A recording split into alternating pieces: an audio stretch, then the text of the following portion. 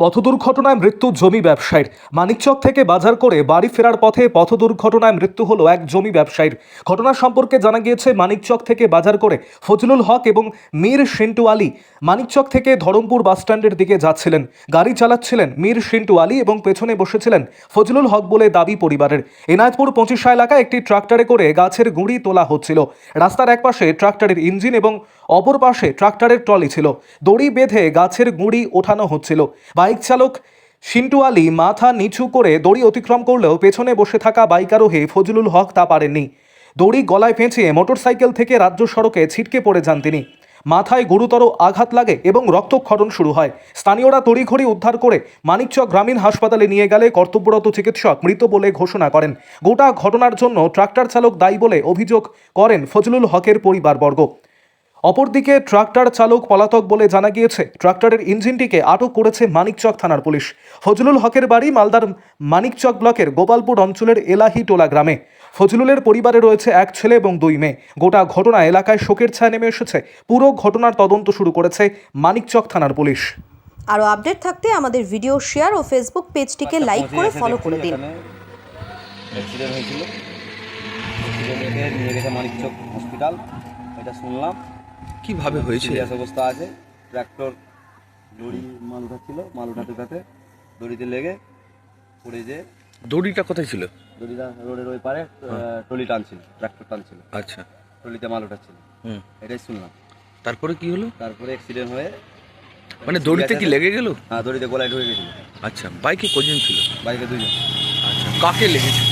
যে বসেছিল তাকে লেগেছে, যে ড্রাইভার ছিল তাকে লাগে। আচ্ছা, মানে বাইকে যে পেছনে ছিল ড্রাইভারকে লাগেনি কেন?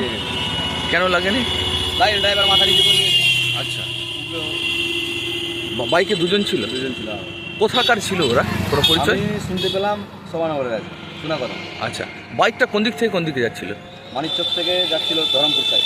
আচ্ছা, কোটা নাগাদ ঘটেছে দুর্ঘটনাটা? এটা আমি ঠিকঠাক বলতে পারবো না, 7:30 কাছাকাছি হয়েছে। আচ্ছা, 7:30 নাগাদ। বলছি কি অবস্থায় কি শুনলেন?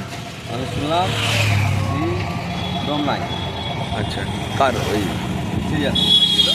বাইক আরোহী, বাইকে যে ছিল? বাইক আরোহী ওকে তুলে নিয়ে গেল। আচ্ছা, মানে বাইকের ড্রাইভার নিয়ে গেল? নিয়ে গেল। আচ্ছা, কোন কোন এলাকা এটা? এটা 25 কাটমিল।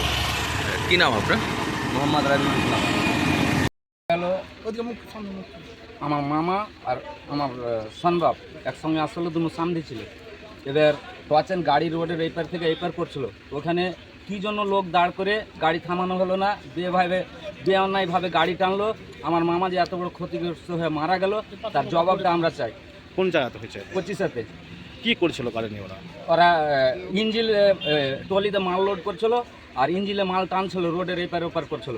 আর সেই সময় গাড়ি কন্ট্রোল করতে না পেরে আমার মামার সামনে ছিল, সে মাথা নিচু করেছে আর আমার মামার গলায় লেগে ওখানে জায়গাতে পড়ে স্পট হয়েছে।